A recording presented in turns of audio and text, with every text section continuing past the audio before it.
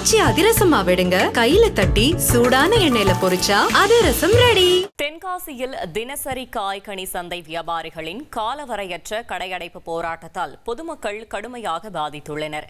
இதுகுறித்த கூடுதல் தகவலை செய்தியாளர் தங்கம் வழங்கிட கேட்கலாம். தங்கம், வணக்கம். மேலும் தகவல்களை சொல்லுங்க.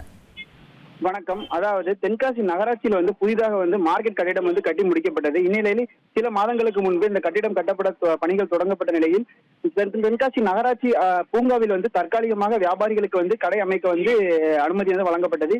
இந்நிலையில் தற்போது இந்த கட்டிடமானது முழுவதும் முடிக்கப்பட்ட நிலையில் இதற்கு பொது ஏலம் கொடுக்காமல் பொது ஏலம் கொடுக்கப்பட்டுள்ளது. இதனால் இப்பகுதியில் அதாவது 100க்கும் மேற்பட்ட வியாபாரிகள் பாதிப்படைவதாக கூறி பல்வேறு மனுக்கள் மற்றும் போராட்டங்களை கையெழுத்து வந்தனர். இந்நிலையில் தற்போது அவர்கள் காலவரையற்ற கடையடைப்பு போராட்டத்தில் ஈடுபட்டு வருகின்றனர். இதனால் அவர்களோட கோரிக்கை என்னன்னு பாத்தீங்கன்னா, அந்த பொது ஏலம் கொடுக்க கூடாது, கடை ஏற்கனவே வைத்திருந்தவங்களுக்கு முன்னுரிமை அளிக்க வேண்டும் என்ற கோரிக்கைகளை வைத்து தென்காசி நகராட்சிக்கு எதிராக தற்போது அவர் காலவரையற்ற போராட்டத்தில் ஈடுபட்டு வருகின்றனர், கடையடைப்பு போராட்டத்தில்.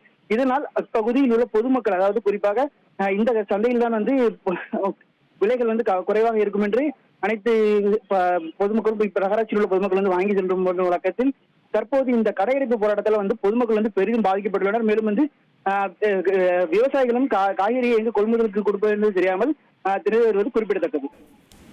தகவல்களுக்கு நன்றி தங்கம். ஆச்சி அதிரசமா விடுங்க, கையில தட்டி சூடான எண்ணெயில பொரிச்சா அதிரசம் ரெடி.